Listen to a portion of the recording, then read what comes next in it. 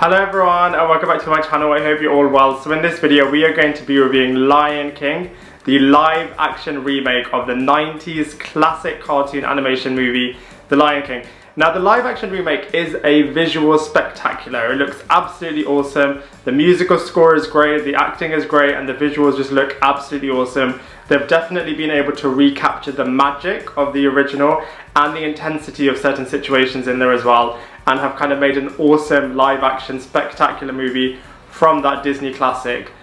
That being said though, for those same reasons are my frustrations with the film, as it literally is a line-by-line replication of the Disney classic, and there isn't anything substantially new or different or innovative within this movie. It's literally line by line the same as the cartoon, and you're kind of left with, you know, a feeling of not kind of having anything new there, and it's really predictable.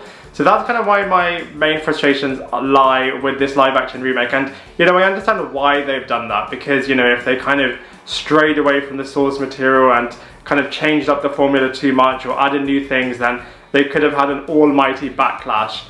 But you know, I would have preferred them to have kind of experimented a little bit with kind of new things, in the same way that Aladdin, the live action remake, did do that. I really appreciated the fact that they kind of were trying new things, did add kind of new elements into their live action remake, and I just wish that they did the same thing with Lion King. But you know, there are good things and bad things, and let's break down all of those in this movie review.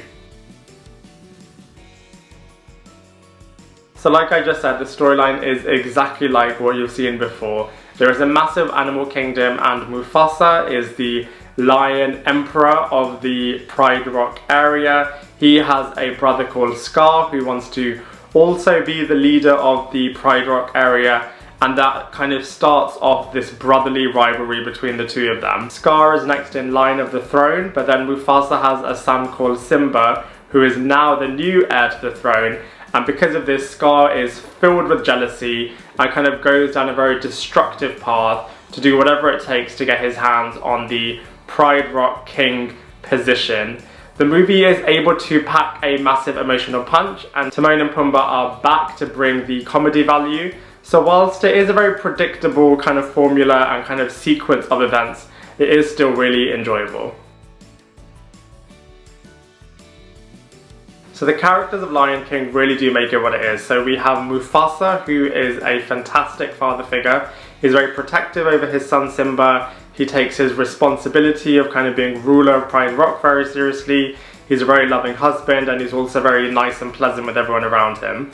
We then have his son Simba, who plays the innocent and playful lion cub, and Simba's story is definitely kind of like the hero's journey, and is definitely the character that the whole audience is with and can kind of in some ways relate to as well, as he's kind of goes through something very traumatic. He then kind of runs away and kind of experiences a life of no responsibility with Timon and Pumbaa, and then kind of has to face up to his reality and kind of face up to his demons and kind of overcome issues of kind of self-doubt, confidence, kind of denial, and kind of rise up and kind of take his rightful place as the ruler of Pride Rock. So I just feel like there's kind of some lessons and some essences of his storyline that people can really relate to, and I feel like because of that, Simba is a fantastic central kind of hero and lead figure with the movie. We then have Scar, who's kind of like the opposite of Mufasa and Simba, in that he's truly evil, truly psychotic, and is even able to justify his kind of evil, heinous crimes, and yeah, kind of truly plays kind of like the evil villain of this film. We then have Beyonce, who does a fantastic job as Nala. Just like Naomi Scott did for Princess Jasmine, Beyonce is able to make Nala a lot more stronger, a lot more unique, and a lot more individual. And she even delivers a killer line to Simba that really helps him wake up and is able to make him think twice. We then have Timon and Pumbaa, who again bring the comedy value to the film. They are absolutely hilarious in this movie, and yeah, just kind of recapture the hilarity that they brought to the original 90s cartoon and kind of bring it back in this live action film as well. We then have Rafiki, who is the sage of wisdom that everyone needs in their hour of need and everyone needs in their corner. He's just able to communicate in a very unique way that's really able to kind of make Simba wake up and to realize what he needs to do and how he can go about kind of proving himself to Mufasa and to kind of really help him have the courage to stand up to his demons and to kind of have the confidence to fight Scar.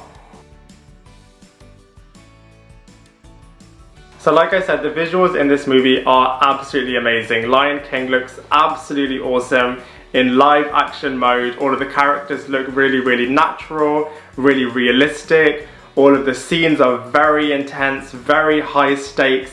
Everything in this movie just looks absolutely awesome, and the musical score as well just really adds to kind of the intensity and the emotion of certain situations. You know, the 90s classic cartoon is awesome, and kind of everything that you would have wanted to be recaptured is recaptured in this movie, and yeah, it just looks absolutely wicked.